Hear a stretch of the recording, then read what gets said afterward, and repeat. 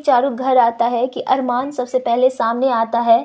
चारू को उसी हालात में अबीरा अपने साथ लेकर आती है और अरमान कहता है ये सगाई नहीं होगी। शगुन की नारियल अरमान के हाथों में देता है कि अरमान नीरज के सर पे वो नारियल फोड़कर कहता है कि दफ़ा हो जाओ मेरी नज़रों से, मैंने पहले ही ये शादी तोड़ ली है। तो यहाँ पे नीरज कहता है ये क्या बदतमीजी है। उसके मम्मी पापा भी कहते हैं ये क्या बदतमीजी है, आपके घर में दामाद का इस तरह से स्वागत किया जाता है। तो फूफा सा गुस्से से आग बबूला हो जाते हैं और कहते हैं दिमाग तो ठीक है ना तुम दोनों का, ये क्या कर रही हो।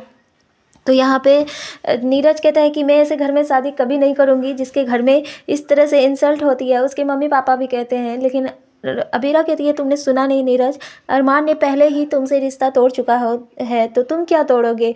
लेकिन यहाँ पे फूफा से सामने आ जाते हैं और कहते हैं हुआ क्या है। वो लोग के आगे हाथ जोड़कर बताने लगते हैं, रिक्वेस्ट करते हैं और कहते हैं कि ये अरमान मेरा सगा नहीं है, इसलिए वो पागलपंती कर रहा है, ये एक सौतेला बेटा है इस घर का और इसके कहने पे आप लोग क्यों रिश्ता तोड़ रहे हैं। ये तो आउट हाउस में रहता है, इस घर में रहता भी नहीं है ये दोनों। और तभी रोहित आगे आ जाता है और कहता है ये क्या लगा रखे हैं, अरमान भैया जो कुछ भी कह रहे हैं सब कुछ सही कह रहे हैं। वहीं क्रिस भी आ जाता है और कहता है जो हमेशा शांत रहने वाले मेरे भैया वो आज नीरज पे उंगली उठा रहे हैं तो ज़रूर कुछ बड़ी बात होगी, आप इतनी सी बात क्यों नहीं समझ रहे हैं। कियारा कहती है कि आप सगा सौतेला क्या लगा रखे हैं, अरमान भैया मेरे अपने भैया हैं और सबसे बड़े भैया हैं, इस घर के बड़े बेटे हैं।